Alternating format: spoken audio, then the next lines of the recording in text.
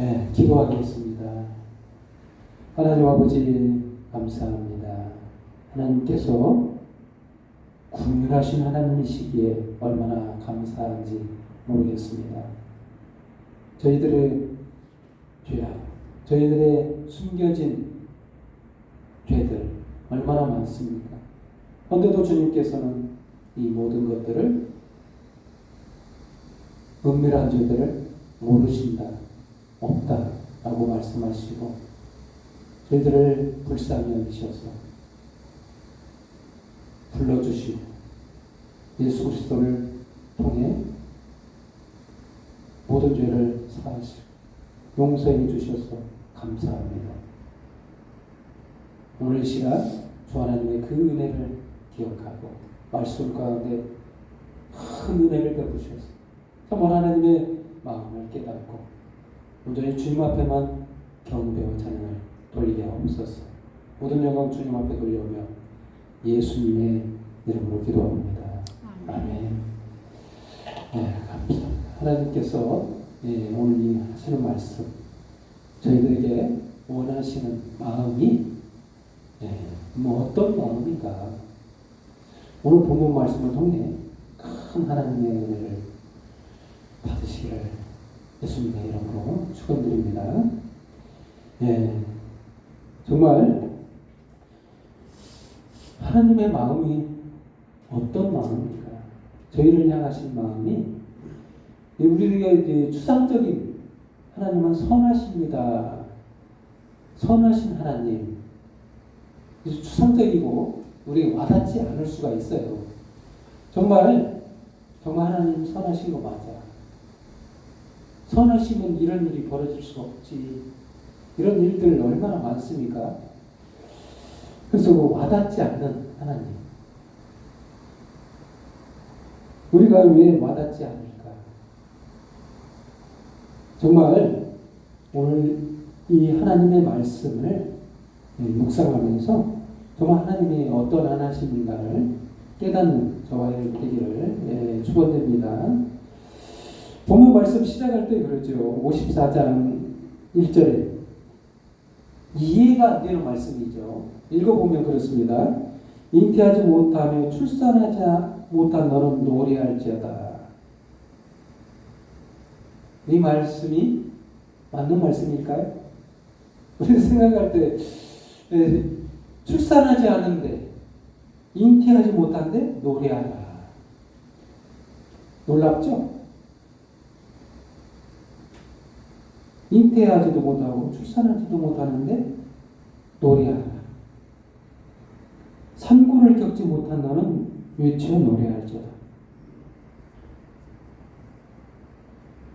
그리고 또 홀로 된 여인의 자식이 남편 있는 자의 자식보다 많으리라. 여호와께서 말씀하십니다. 참 이해가 안 되죠? 이게 지금 문학적 표현을 써서 그래요. 이 말씀의 근본적인 말씀은 성경을 전반적으로 다 통째로 이해를 해야만 이 말씀이 무슨 말씀인지를 이해하는 겁니다. 수태고지라는 말이 있죠. 수많은 여인들이 애를 못 낳아서 고통받았습니다. 그때마다 천사가 나타나서 너에게 자식이 있을 것이다.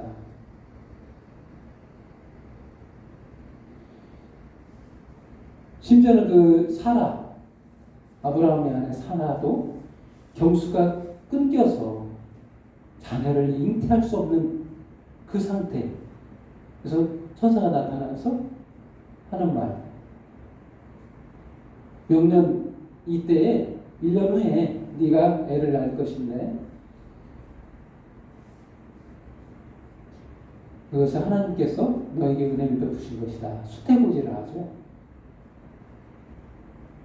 왜 이런 일들이 일어났을까요? 이걸 그 예표라고 볼 수 있습니다. 누구를 예표하고 있느냐? 바로 예수 그리스도의 탄생을 예표하고 있습니다. 홀로 된 여인의 자식. 말 그대로 해석하면 그렇습니다. 홀로딘 여인, 처녀라는 말이에요. 처녀의 자식이 남편이 있는 자식보다 많다. 이런 것을 썼습니다. 그래서 그 동정녀 탄생을 말하는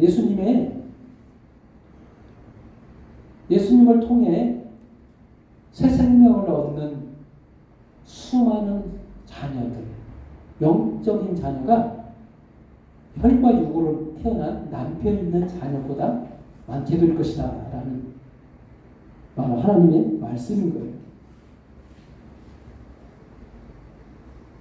바로 이게 하나님의 큰 그림이 남편과 아내로서의 이 관계를 통해서 하나님의 마음을 드러낼 거예요.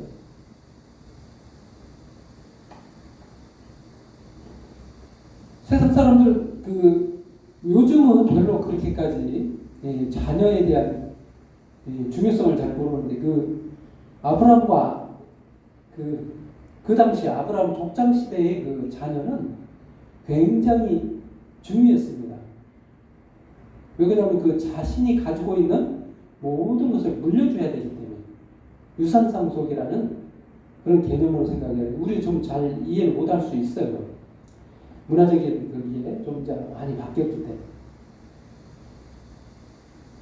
그런 문화적인 배경 속에서 이 자녀는 굉장히 축복의 하나의 도구였어요. 자녀가 없는 것은 축복이 없다. 이런 것과 연관이 보셔야 되는데, 자녀가 많아지고 땅이 넓어지고 이게 축복의 근본적인 그런 표현인 거죠. 장막터를 넓히고 처소로 휘장을 넓힌다. 말뚝을 넓히고 자손들이 열방이 생겨나서 넓어지고 이 축복을 상징하는 거죠. 근데 영적인 자녀가 축복을 받아서 더 많아진다는 거예요. 이 문학적인 표현입니다. 그래서 그 첫 번째 주제로 홀로된 여인의 자식이에요. 바로 예수님을 통해서 새 생명을 얻는 믿음의 자녀를 말하는 거예요. 저와 여러분은 여기에 속했어요. 축복의 자녀. 하나님의 큰 그림 안에 있어요. 하나님의 영원하신 자비 안에 있다는 겁니다. 그만큼 저와 여러분의 자존감을 키워주신 하나님. 너는 내 자녀야. 어디서 굴욕을 당할 그런 존재가 아니라는 거예요. 모든 것을 가진 자의 이 왕이잖아요. 천상천하 유아독존 하나님이신 하나님의 아들이었다는 거예요. 그 말은 왕이라는 거예요. 한마디로 왕의 자녀는 왕적인 존재라는 거예요. 누구로부터 존재감이 무시당할 필요가 없는 그런 존재로서의 나라는 것. 그게 저와 여러분이 수치를 당하지 않는, 굴욕을 당할 필요, 치욕을 당할 필요 없는 자라. 오늘 본문 말씀에 있죠. 4절과 4절 두려워하지 말라. 네가 수치를 당하지 아니하리라. 놀라지 말라. 네가 부끄러움을 보지 아니하리라. 네가 네 젊었을 때의 수치를 잊겠고 과부 때의 치욕을 다시 기억함이 없으리니. 그렇습니다. 우리의 위치가 이렇다는 거예요. 예전에는 수치와 치욕을 당할 수밖에 없는 존재였다는 거예요. 왜? 버림받았기 때문에. 여기서 표현이 버림받았다는 표현이 나와요. 6절 말씀 두 번째 주제로 버림받은 자. 여호와께서 너를 부르시되 마치 버림받아 마음에 근심하는 아내 곧 어릴 때의 아내가 되었다가 버림받은 자에게 함과 같이 하실 것이라. 네 하나님께서 말씀하셨느니라. 내가 잠시 너를 버렸으나 큰 궁유로 너를 모을 것이요. 내가 넘치는 진노로 네 얼굴을 네게서 잠시 가렸으나 영원한 자비로 너를 궁일히 여기시리라. 네 구속자 여호와께서 말씀하셨느니라. 이게 도대체 무슨 말씀인가? 하나님이 우리를 버리셨다. 이 표현 자체가요, 사실은 잘못되었어요. 하나님 우리를 버리신 게 아니에요, 사실은. 그 자체는 버린 것처럼 됐지만, 사실은 버린 게 아니라, 우리가 하나님을 떠난 거예요. 이게 정확한 표현입니다, 사실은. 우리 버린 거와 같은 그렇게 돼버렸다는 거예요. 하나님 입장에서는 그것조차도 내가 널 버린 거와 같이 됐다. 이렇게 쓴 거예요. 변명하지 않았어요, 하나님은.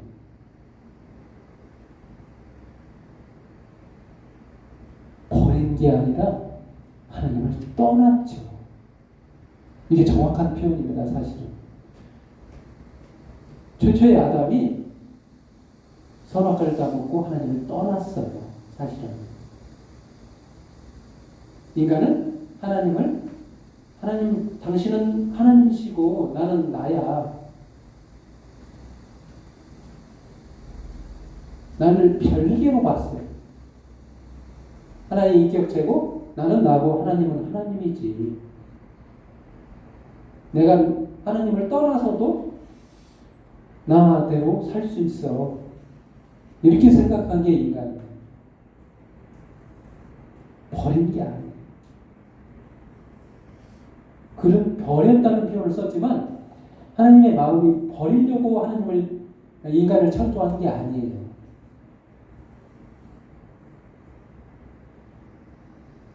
우리의 잘잘못을 통해서 우리를 버릴 생각으로 만든 게 아니에요.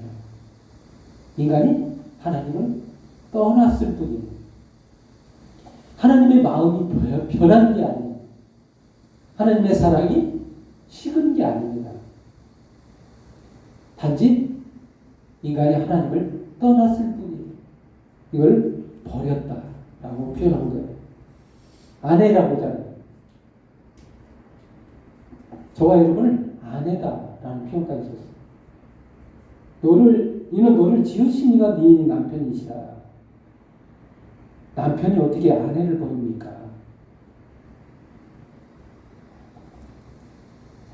그게 하나님이시라는 거예요. 하나님의 마음은 안 버렸다. 단지 네가 떠났을 뿐이다.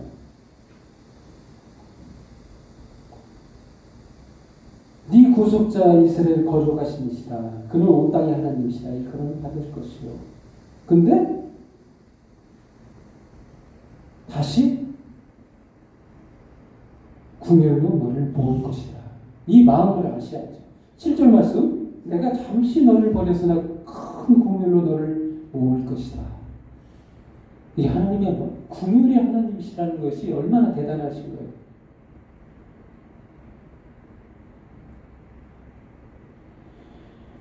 진노가 본 마음이 아니라는 거예요.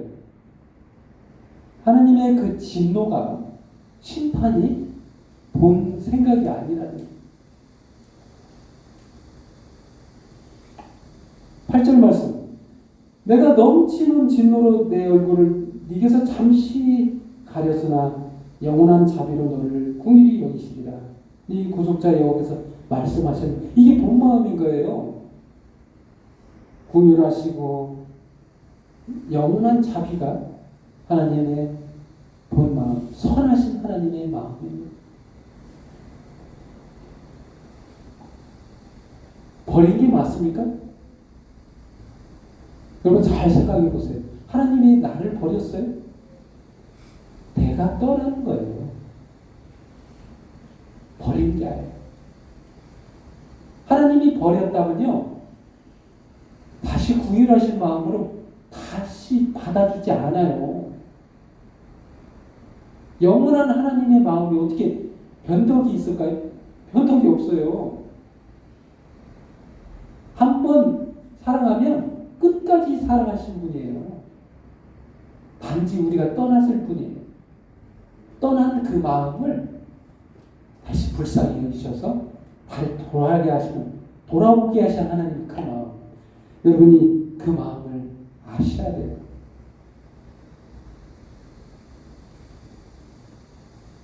버렸다는 표현은요, 사실 잘못 표현된 거예요. 우리가 글자를 그대로 받아들이면 안 돼요. 버렸다. 하나님 버리신 게 맞은 거예요? 안 버린 거예요, 사실은. 하나님이 얼마나 마음이 아팠으면 버렸다는 표현을 썼을까요? 버리지도 않았는데 자신의 마음을 숨기고 버렸다. 우리의 고통을 아시기 때문에. 우리가 하나님을 떠나서 얼마나 수많은 고통과 그 현실에 놓였어요. 대적자들에게 놓이고 형벌을 얼마나 받았나요? 그것 때문에 우리가 하나님이 내가 너를 잠시 버렸다 이런 표현을 쓴 거예요. 버린 게 아니라 너무나도 애처로워서 내가 너를 잠시 버렸다 이런 표현을 쓴 거예요. 버린 건 우리가 버린 거예요. 하나님을. 우리가 하나님을 배신하고 하나님을 버렸어요. 아내잖아요. 아내가 딴 남자를 받아들인 거와 같은 그런 배신을 때린 게 우리예요. 사실은. 그랬음에도 불구하고 받아준 게 누구냐? 전 남편. 바로 하나님께서 우리를 받아주셔요. 여기서 영원한 자비, 이 영원한 자비는요, 어떤 자비를 말하냐면, 인간이 최고의 자비를 베풀면 어떻게 되냐? 대자대비라는 표현이 나오죠. 인간에게서 최고의 자비, 불교에서 나오는 그 대자대비가 있어요. 그는 한계가 있습니다. 인간의 역사가 끝나면 대자대비도 끝납니다. 그 한계가 있는데 하나님의 영원한 자비는 대자대비보다 견줄 수 없는 수준 높은 자비인데 이 자비는 사라지지 않는 자비예요. 소멸되지 않는 자비. 영원한 자비라는 거예요. 이게 하나님만 가능한 자비예요. 우리를 향하시는 자비는 사랑은 영원하다는 겁니다. 근데 그 하나님이 마음이 바뀌었다. 그게 말이 안 되고 처음부터 변치 않는 하나님이시 버렸다라는 표현은 사실 안 맞는 표현이죠. 그게 하나님의 마음입니다. 버린 게 아니라 죄가 하나님과 나 사이를 가로막은 거죠. 이런 표현이 성경에 나와 있죠. 그렇습니다. 징계. 그러면 징계는 뭐냐? 노아의 홍수가 나오고 있습니다. 본문 말씀의 9절에 이는 내게 노아의 홍수와 같도다. 내가 다시는 노아의 홍수로 땅 위에 범람하지 못하게 하리라. 맹세하는 것 같이 내가 네게 노하지 아니오. 너를 책망하지 아니하여 맹세하노니. 산들이 떠나며 언덕들이 옮겨질지라도 나의 자비는 네게서 떠나지 아니하며 나의 화평의 언약은 흔들리지 아니하리라. 너를 궁일이 여시는 여호와께서 말씀하셨느니라. 이게 무슨 말씀입니까? 하나님의 본 마음이 노아의 홍수에 있다고 한 건가요? 징계가 목적이 아니라는 거잖아요. 노아의 홍수 때 살아남은 사람이 겨우 고작 8명입니다. 우리는 이것을 접했을 때 어떤 생각이에요? 하나님의 심판 무섭네. 벌 무섭구나. 잘못하면 혼나겠구나. 잘해야겠구나. 하나님 앞에 조금만 잘못한 점이 있으면 이거 살아남을 수가 없겠구나. 뉘앙스가 그거죠. 노아의 홍수가 우리에게 가져다 주는 게 그거잖아요. 이게 뭐 하나님의 본 마음인가요? 징계가 본 마음이 아니라는 거예요. 여기서 하시는 말씀이 뭐냐? 책망이 다시 없다. 노하심이 다시 없다. 맹세했다고 그러잖아요. 그리고 그 증거로 무지개의 언약을 세우셨습니다. 노아와. 이게 화평의 언약입니다. 하나님은 화평이 목적이에요. 궁율이 본 마음이에요. 의심하지 않는 저와 여러분들이 바랍니다. 또한 세 번째로 내게서 얻은 공의라는 말씀이 나옵니다. 17절 말씀은 끝부분에 나오는데요. 이는 그들이 내게서 얻은 공의니라. 라는 말씀입니다. 뜬금없는 말씀 같죠? 내게서 얻은 공의.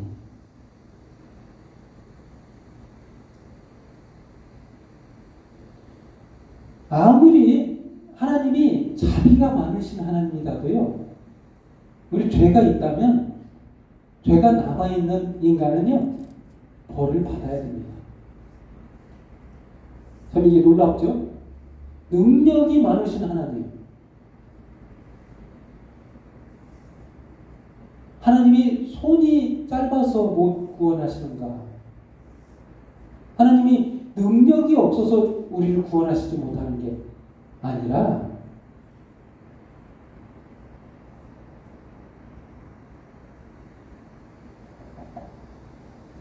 저와 여러분이 하나님을 받아주지 떠나서 구원 못하는 거예요. 떠나버려서 우리 마음이 하나님을 받아주지 않아서 구원을 못 받는 거예요. 그 말입니다.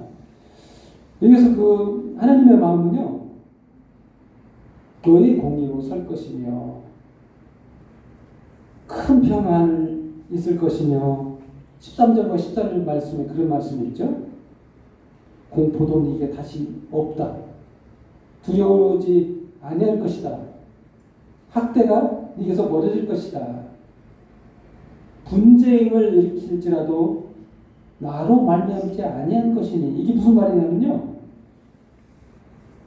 사실요 하나님께서 분쟁하게 만든 게 아니라는 거예요. 이 분쟁이라는 말을 이해를 하셔야 되는데, 이 분쟁이 왜 일어날까요? 하나님은요 저와 여러분을 벌 주시려고 만든 게 아니에요.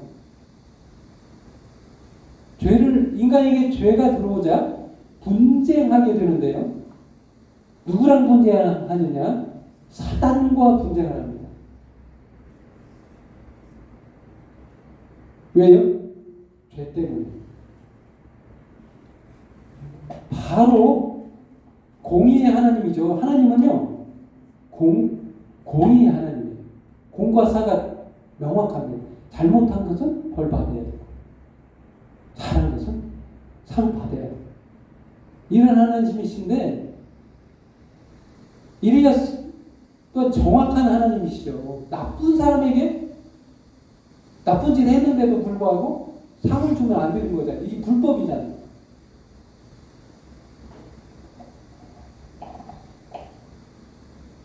그래서 분쟁한다는 거예요. 인간은요 죄를 안 지을 수 없어요. 사단이 죄를 지자마자 바로 하나님께, 공의의 하나님께 똑바로 판단하세요, 재판하세요. 이게 분쟁입니다. 예를 들어서 그렇습니다. 목회자인 저도요 죄를 짓습니다. 안 짓는 게 아니에요. 제가 죄를 지면 바로 보고가 올라갑니다. 이래서 하나님 자녀가 맞아요? 하나님 제대로 좀 벌 주세요. 여기서 말하는 이 분쟁이 그거예요. 우리 죄 때문에 분쟁이 일어나는 거예요. 근데 이게 나로 말미암지 않아. 하나님으로부터 분쟁이 일어나는 원인적 공이 하나님이 아닐 거예요.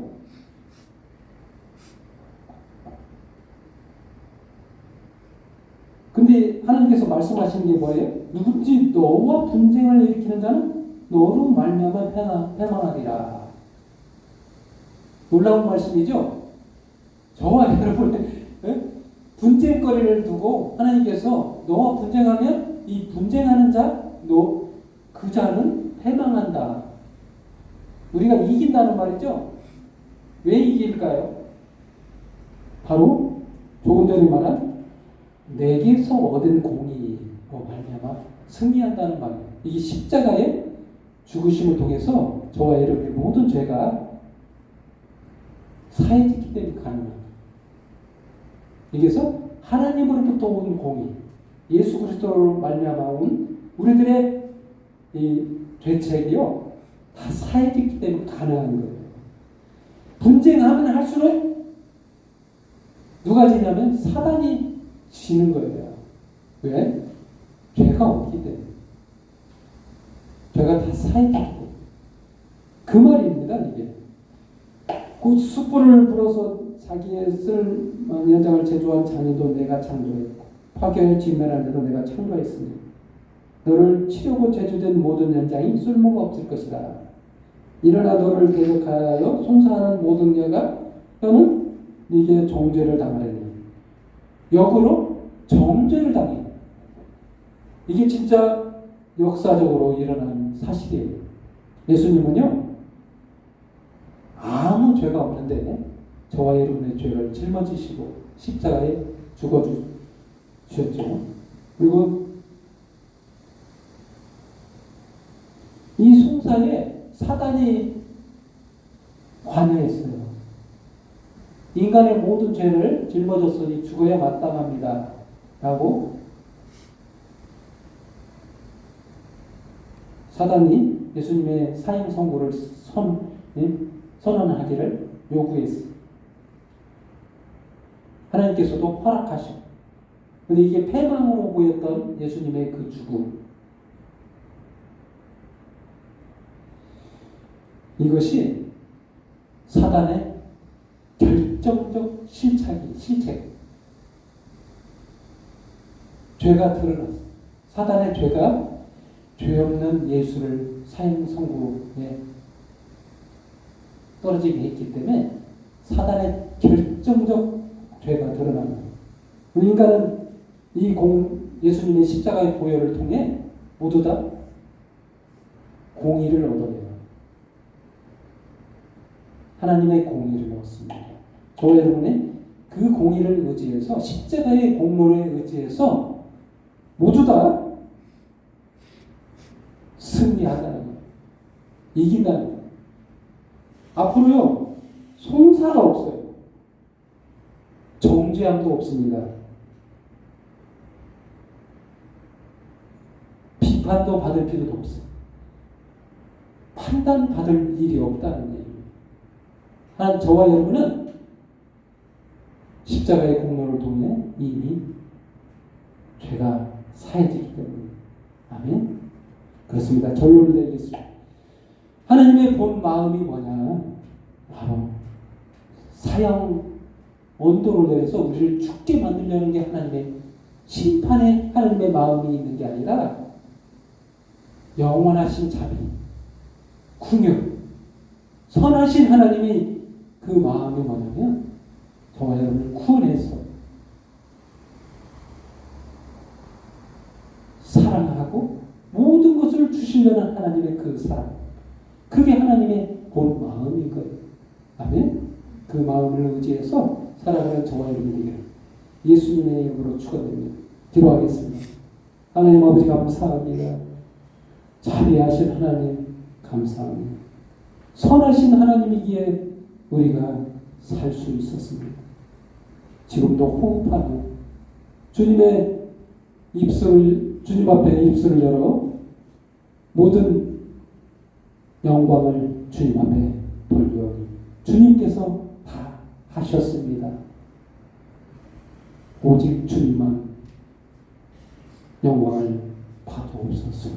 예수님의 이름으로 기도합니다. 아멘.